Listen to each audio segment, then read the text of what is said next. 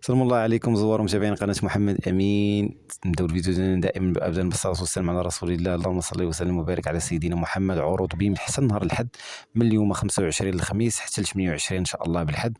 غتبقى هاد العروض هذه كاع المنتوجات نقصوا فيها من 3 دراهم 4 دراهم لتحت. بحال دابا هاد الطونه هذه ديال ماريو معوض 39 درهم، عوض 43 درهم ولات ب 39 درهم، يعني نقصات فيها واحد 4 ديال الدرهمات. هاد الفريت هذه المعروفه ديال بين 28 درهم ولات تقريبا ب 25، يعني واحد 4 ديال الدرهمات اللي هي ناقصه فيها. عندنا عاوتاني هاد زبده الفول السوداني، تقريبا هذه راه فيها واحد 460 غرام من 33 من 36 درهم ولات ب 33 درهم، يعني واحد 3 درهمات اللي حيدوا فيها. الزبده مارغارين ديال فاميليا كانت ب 8 دراهم و90 ولات 7 دراهم و50، هذه راه 200 غرام اللي فيها.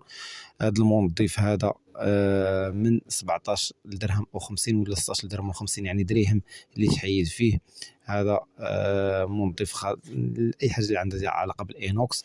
عين افران ايترو اونس من 4 دراهم و80 ل 3 دراهم و90، تقريبا واحد درهم اللي تنقصت فيها. هاد لي مادلين هادو من 10 دراهم و90 ولا 9 دراهم و90، يعني درهم اللي تحيدات.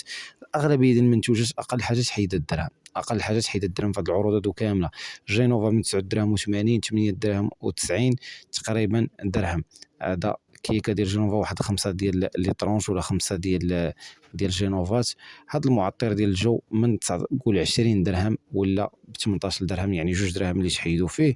واخر عرض اللي عندنا في هذا الكتالوج هذا هو المعطر ديال لي طواليت حاشاكم من 14 درهم ولا 13 درهم. نتلاقاو في فيديو جديد، ما تنساوش الاشتراك والى اللقاء.